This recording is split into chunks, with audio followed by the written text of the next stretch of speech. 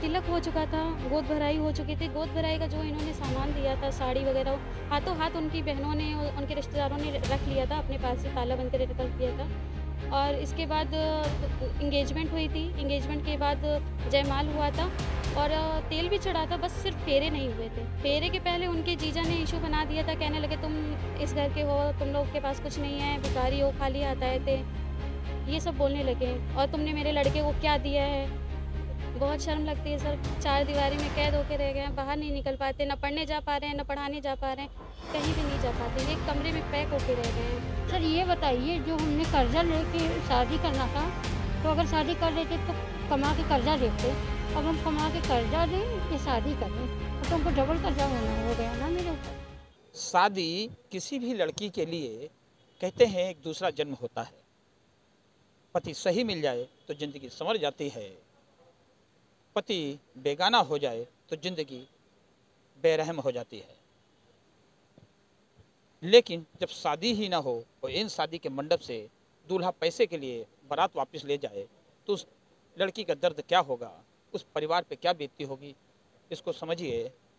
एक लड़की है जिसकी शादी 15 तारीख को कानपुर के गोविंद नगर में होनी थी। बारात आई, कार और दहेज नहीं दे पाए क्योंकि पिता साथ नहीं रहते हैं, तो लड़की की दूल्हा बारात ही ऊपर से ले गया। अब ये पुलिस कमिश्नर के यहाँ चक्कर लगा रही हैं कि हमारी FIR लिखी जाए, मुझे न्याय दिलाया जाए। पूछते हैं लड़की से, क्या नाम है आपका? नाम चाहे न बताइएगा क्योंकि नाम पूछना उचित नहीं होगा। शादी क्या तारीख को आई थी, दूल्हे का नाम क्या है? दूल्हे का नाम राजेंद्र कुमार गुप्ता है और 15 तारीख को शादी थी, 15 फरवरी 2023 को शादी थी मेरी। छोटा चल रहा है। तो बारात कहाँ से आई थी?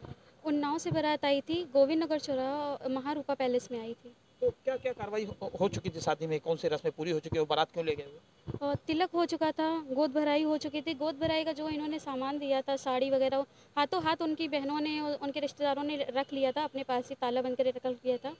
और इसके बाद इंगेजमेंट हुई थी। इंगेजमेंट के बाद जयमाल हुआ था और तेल भी चढ़ा था, बस सिर्फ फेरे नहीं हुए थे।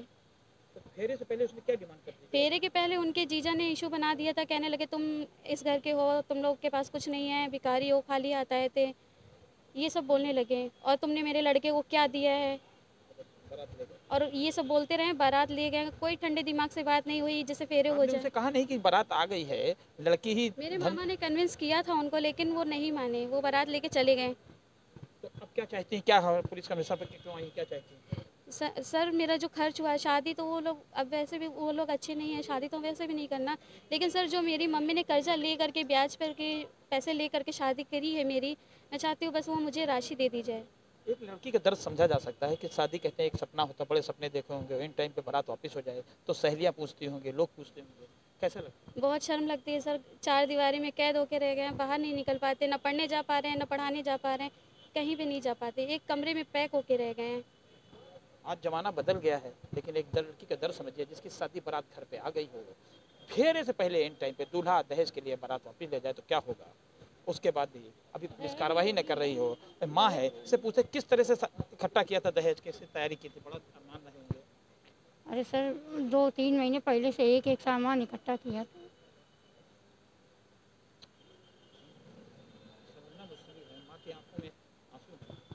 एक बेटी है, बेटी कहते हैं कि कन्यादान नहीं होता है, एक तरीके से एक दान होता है।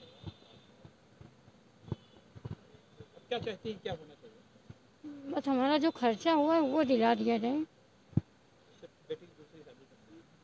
तो कमिश्नर साहब ने अब क्या सर कहा? ये बताइए, जो हमने कर्जा लेके शादी करना था, तो अगर शादी कर लेते तो कमा के कर्जा देते। अब हम कमा के कर्जा दें या शादी करें, अब तो हमको डबल कर्जा होना हो गया ना मेरे ऊपर। कमिश्नर हमारा साहब क्या कहा पुलिस ने? आश्वासन दिया है कार्रवाई होगी। हमको नहीं लगता गोविंद नगर वाले कार्रवाई करेंगे, क्योंकि वो पैसे खा चुके हैं, मामला ठंडा कर चुके हैं वो लोग। और तो ये है एक बेटी का दर्द जिसकी बारात वापस हो गई। हालांकि आज कमिश्नर साहब ने इस पे इनकी शिकायत सुन करके कमिश्नर साहब ने तुरंत कार्रवाई का आश्वासन दिया है और निश्चित रूप से पुलिस कार्रवाई करेगी।